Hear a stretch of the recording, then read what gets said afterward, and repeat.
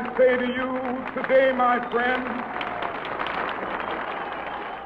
one hot summer day back in 1963, a man stood up in front of 250,000 people in Washington, D.C. "I have a dream," he said. so even though we face the difficulties of today and tomorrow, I still have a dream. It is a dream deeply rooted in the American dream. I have a dream. His powerful voice rolled like a tide toward the thousands who stood in that great crowd and the millions who sat by their radios and televisions. Freedom and justice. I have a dream that one day this nation will rise up and live out the true meaning of its creed. We hold these truths to be self-evident, that all men are created equal. His name was Martin Luther King, and he was born black in a place and time when it was not easy to be black. Atlanta, Georgia, 1929. Looking at that tiny black baby, no one could ever have guessed how different his life would be. How many millions would someday know his name? How many rules and laws he would help to change? How much good he would do to help other people? And how many times he would go to jail before his short life came to its sudden end. But in the beginning, all Martin Luther King had to worry about was growing up. And he decided, very early in his life, that he had been born in a good home to grow up in. One of the first things I remember is playing with my best friend who lived across the street. He was white. His parents owned a grocery store. We'd always get together and have fun playing ball or riding our bikes. I had a brother and a couple of sisters, and sometimes I'd play with them too. And later, when I learned to read, I'd buy books with my allowance and just be alone for a while and read.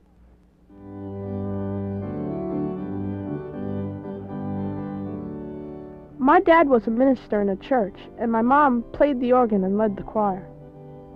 I liked to listen to my dad preach on Sundays. He had a deep voice and knew a lot of big words. I remember telling my mother, one day I'm going to get me some big words too. It was a good early life for young Martin, and for a while, everything seemed to be just right. But then, some strange things began to happen. I remember coming home from my first day at school and going across the street to see my best friend. He was supposed to start first grade too, but he didn't show up. I was worried. His mother told me the boy couldn't play with me anymore. "Is he sick?" I asked her. And she said, "No, he just can't play with you anymore, now that you're all in school." I asked her why not, but she just looked kind of sad and closed the door. Another time, I accidentally bumped into a woman in a store, and she got a terrible look on her face and said, "You stepped on my foot, nigger." Then she slapped me, hard. And one day, my dad took me to a store to buy me a new pair of shoes. We sat down in the front of the store, but the clerk told us we had to move to the seats in the back. My dad stood up and grabbed my hand, and in a deep, angry voice that sounded like thunder, he told the clerk, "If we cannot sit where we wish to sit, we will not buy at this store." And we walked out and never went back. It was hard for me to understand these things. I asked my mother, was there something wrong with me because I was black? "No, Martin," she said. "You are as good as anyone. Never forget that." Then she told me about slavery and the Civil War between the North and the South. She told me about what she called the wall between the two races. Not a real wall, she said, but laws and feelings that kept the white people on one side and black people on the other. There was a word for this wall, she told me. A big word. Segregation. All your life, she said, you'll be a black man in a white man's world. But never forget that you're as good as anyone. Never forget that, Martin. I never did. Martin Luther King was growing up fast. He was a young man in a hurry, and both his body and his mind got the message. Somewhere ahead, there was work to do. Somewhere ahead, there were people who would need his help, and he had to be ready. He was a good student in elementary school. Good, that is, in all subjects but one, spelling. Spell victory? Yes, ma'am.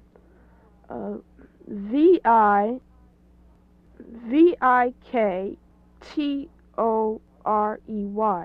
No, Victorey.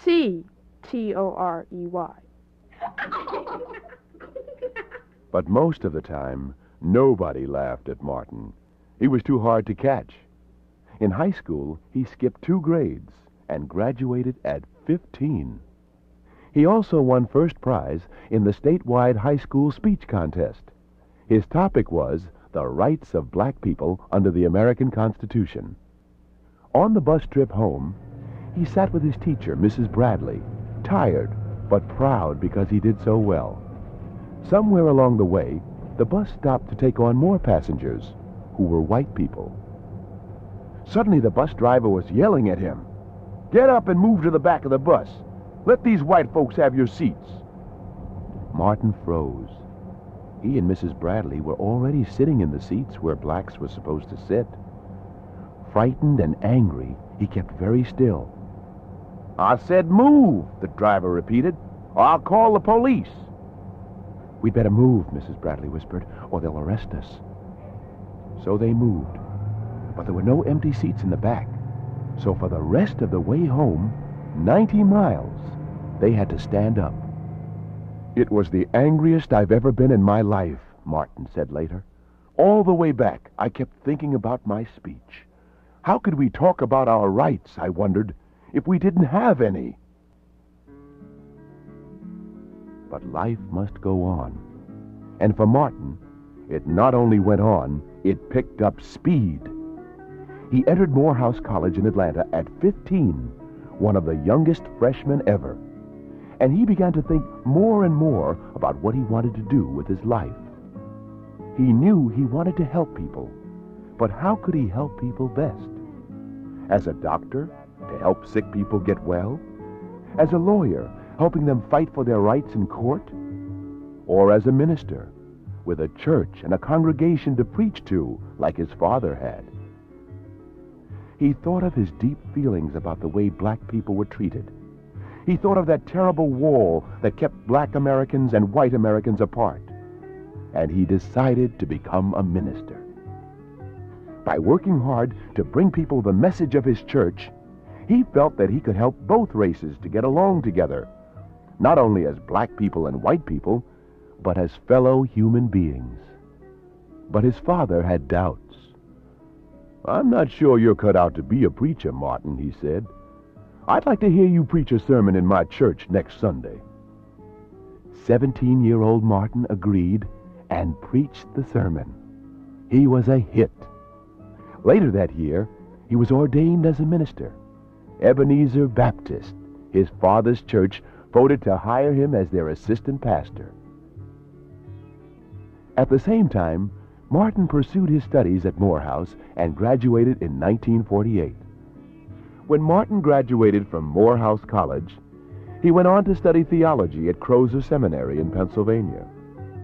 He was an outstanding student and graduated with an A average from both colleges. Then he went on to Boston University to get his Ph.D., the highest degree in education.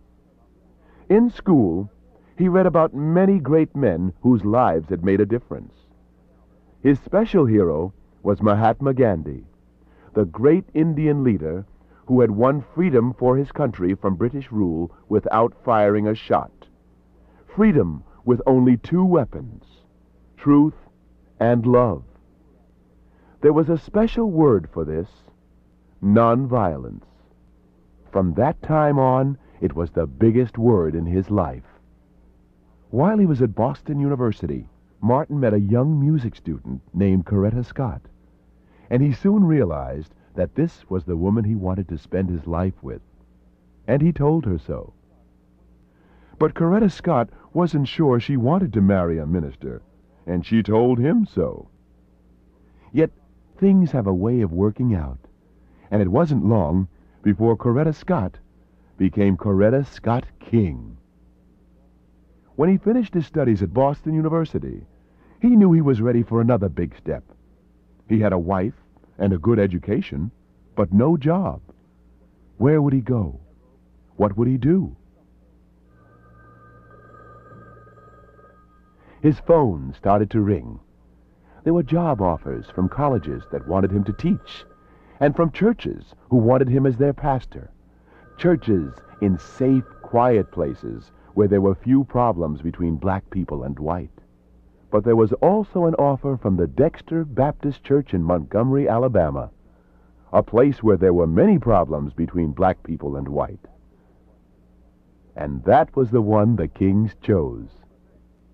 Their first year in Montgomery was busy, but quiet. In June, Martin finished the long paper he was writing for his Ph.D. degree. He was now officially Dr. Martin Luther King. In the fall, Yoki, their first child, was born. Then came December 1st, 1955, a day that would change the lives of the King family forever. On Thursday, December 1st, a black woman named Rosa Parks, weary after a long day's work in a Montgomery department store, and some Christmas shopping on top of that, got on a bus to go home. She sank gratefully into a seat just behind the seats reserved for white people. But along the way, more whites boarded the bus, and the bus driver told Rosa Parks to give up her seat to a white person and stand up in the back of the bus. But she was already sitting in a seat reserved for blacks, and she was very tired. So she told the driver, no, she wouldn't move. If you don't move, the driver warned, I'll get the police and have you arrested. But Rosa Parks refused to move, and she was arrested and taken to jail. Martin and some other black ministers decided to organize a boycott of the Montgomery buses on the following Monday, December 5th, to protest Rosa Parks' arrest. They hoped that if Montgomery's 50,000 black people all stopped riding the buses, the bus company would lose so much money it would be forced to change the rules. At least that was the idea. But would it work? Would all those people really stop riding the buses? On the first morning of the boycott, Martin got up early and began to watch the buses pass his house. The first bus was empty. The second bus, only 2 passengers, both of them white. The third bus, empty. Bus after bus roared by, and there were no black people on any of them. The boycott was working. That afternoon, there was an open meeting at the Dexter Avenue Church, and it was decided that the boycott should continue. Oh, the black people of Montgomery were still going places, to work, to school, to shop, to church, but they were getting there in carpools, jammed with passengers, or riding beat-up old bicycles or motorcycles, or even riding by on horses brought out of retirement. But mostly, they were walking. 1 mile, 2 miles, 5 miles or more. Walking. School kids, working people, grandmothers, everybody walking. Yes, the boycott was working. But then the city began to strike back. Martin and the other boycott leaders began to receive sneering phone calls in the middle of the night from people who would not give their name. One day, Martin was stopped by the police and accused of going 30 miles an hour in a 25-mile zone. They took him to jail, took his fingerprints, and threw him into a cell until he paid a fine. When his wife Coretta and their new baby were home alone, a powerful bomb exploded on their front porch. But they had gone to the back of the house and were not hurt. Another time, a midnight caller threatened to kill Martin and his family. Cold fingers of fear were creeping up my soul, Martin said later, and I went into the kitchen and prayed. Lord, I said, I can't face it anymore. I have to give up. But then he seemed to hear a voice telling him to go on. And he felt a current of strength growing deep inside him, where there had only been fear. He did not give up. The boycott went on. Please turn the tape over to side B.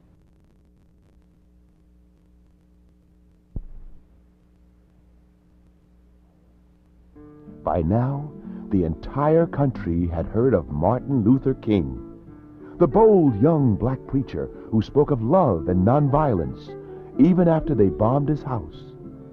The country read about him in their newspapers and watched him on television and liked what they saw. But the boycott had gone on for over a year, and something had to give. And on November 13, 1956, something did give. The United States Supreme Court ruled that all bus segregation in the state of Alabama was against the American Constitution. After 381 days, the boycott was over, and nonviolence had won. Not long afterward, Martin boarded a Montgomery bus. "Aren't you Martin Luther King?" asked the driver. "Yes, I am," said Martin. "Welcome aboard," smiled the driver. "Thanks," said Martin, and he took a seat in the front of the bus. Yes, nonviolence had won a battle, but Martin knew that winning a battle was not so easy as winning a war. There would be many battles, and a long war still ahead. And none of them would be easy, for there were not only white people who thought he was moving too fast, there were black people who thought he was moving too slow. But Martin was not about to let anyone make him go any faster or any slower than he felt was right. So at his own speed, he pushed ahead. And there were good days and bad days. Just a month after the bus victory, for instance, somebody put another bomb on his front porch. But a couple of weeks later, Martin's picture was on the cover of Time magazine. In June of 1958, he met with President Eisenhower at the White House in Washington. But a few weeks later, he was accused of not obeying a Montgomery policeman and arrested. Sometimes he worried that things would never change. Sometimes he wondered if anyone was listening to him. But things were changing, and people were listening. People, for instance, in a town called Greensboro, North Carolina. One day in Greensboro, some black college students sat down at a Woolworth lunch counter. But the rules said that black people had to stand up when they ate. They told the waitress they would sit there until they were served. They were not served, so they came back the next day, and the next, and kept coming. What the students started got a name: sit-ins. And the sit-ins spread. 2 weeks later, there were 10. 2 months later, there were 50. Martin joined a sit-in at a big Atlanta department store, and once again, he was arrested and jailed. Those jailed with him were soon released, but Martin was held, and then taken to another jail. And then he was moved again. This time they came for him in the middle of the night. They would not tell him where or why they were taking him. It was not until he was pushed into a cell that he realized where he was: the Georgia State Prison. But with the help of John F. Kennedy, who was running for president, and his brother Robert, Martin was released, but only after paying a $2,000 bond.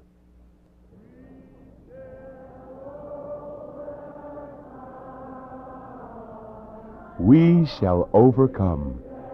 It was now the great song of the Black Freedom Movement, and singing it seemed to help blacks to face the dangers of asking to be free. And there were many such dangers just ahead. For Martin's next target was Birmingham, Alabama, often called the most segregated city in the South.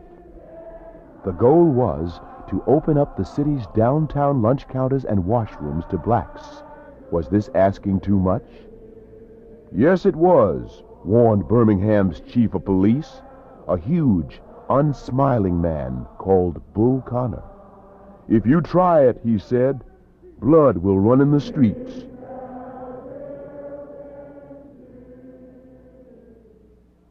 But the sit-ins and the boycotts and the marches began. Long columns of black people, and friendly white people too, began marching through the streets in quiet protest. On Easter Sunday, Martin and hundreds of other marchers were arrested and put in jail.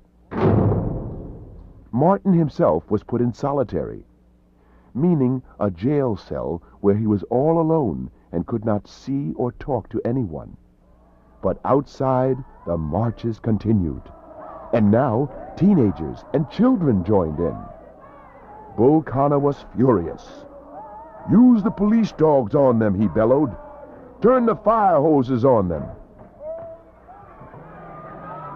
And as the country watched on television, they saw the dogs attack people moving peacefully through the streets.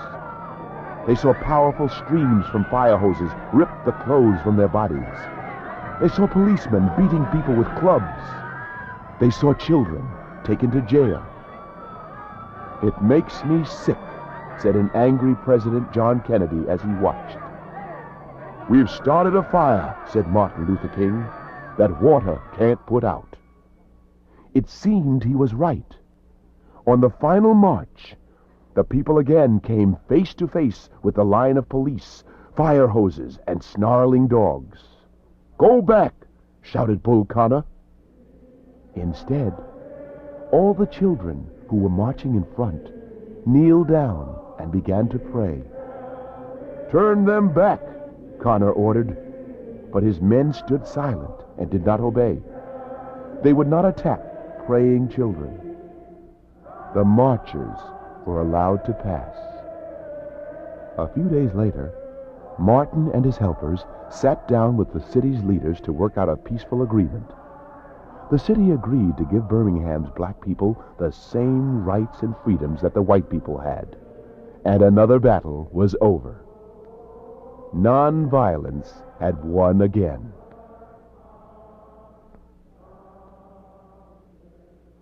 After Birmingham, nearly 1,000 other cities began their own protest against segregation. 1,000 new fires that water could not put out. But still more was needed, Martin felt. Strong new laws at the national level that would bring black people once and for all the freedoms that other Americans had. Some great national event, he thought, was needed to show the whole country that it was time to act. But what? Well, marches had worked well in other places, Martin knew. How about a march on Washington, the capital of the United States? A march in which people from all over the country could take part. Black and white, young and old, rich and poor.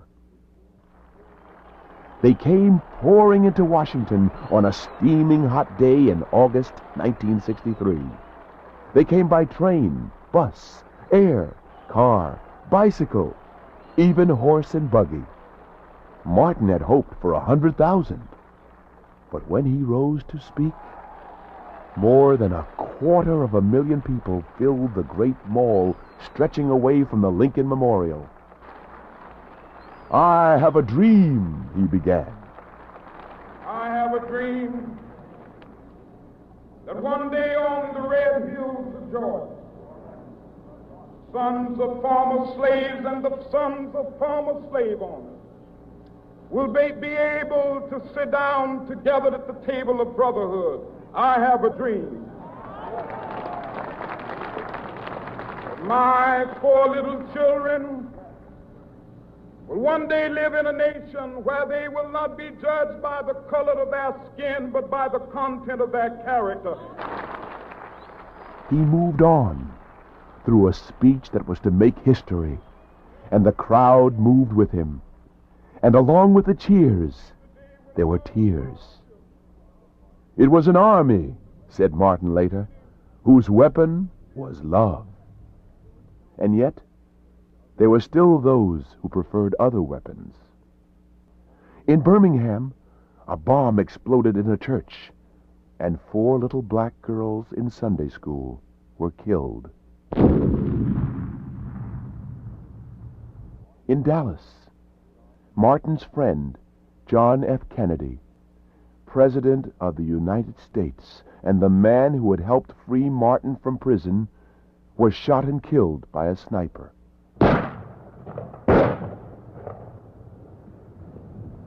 But good things happened too. Martin won the famous Nobel Peace Prize, which is awarded each year to a person who does something important for peace. And in Washington, Congress finally passed a strong civil rights bill which was signed into law in July 1964. The new civil rights law was supposed to protect the voting rights of every citizen.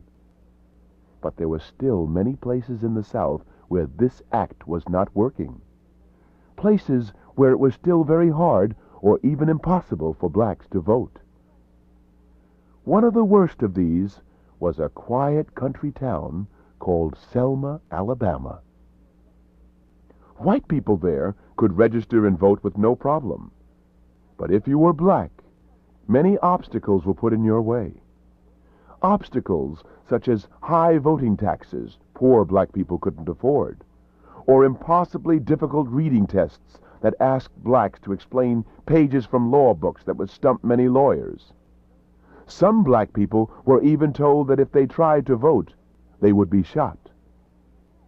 When Martin and his supporters arrived in Selma, they were met by violence. Marchers were chased and beaten. Some were attacked with electric cattle prods. A teenage boy was beaten to death. A white minister was killed on the street. To counter this dangerous violence, Martin decided to do something non-violent.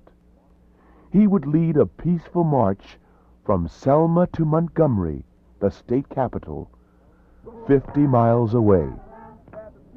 Thousands marched with him. Soldiers lined the roads to protect them as they marched by, and the entire country watched their progress on television. When they reached Montgomery 5 days later, Governor Wallace would not even come out of his office to meet them. But it didn't matter anymore, because a new and stronger voting law was now taking form in Washington. Again, through nonviolence, they had overcome. Martin was now known throughout the land, and many people and groups in many cities and towns wanted his help. One day, there was a call from Memphis, Tennessee. They needed him there to help black sanitation workers who were striking for higher pay. So Martin went to Memphis. His hotel room in Memphis was hot and stuffy, and he'd had a long, busy day. So he stepped out on the balcony for a breath of fresh air. Suddenly, there was a shot, and a rifle bullet smashed through Martin's neck and cut his spinal column in two. Martin Luther King, Jr., a man whose only weapon was love, had been killed by a man whose only weapon was hate. A drifter named James Earl Ray, who had been in trouble with the law for most of his life. In Atlanta, nearly 100,000 people walked behind the mule-drawn farm wagon that carried his body. At the graveside, many joined hands and sang the song that had shaped his dream. The dreamer was gone, but the dream would go on.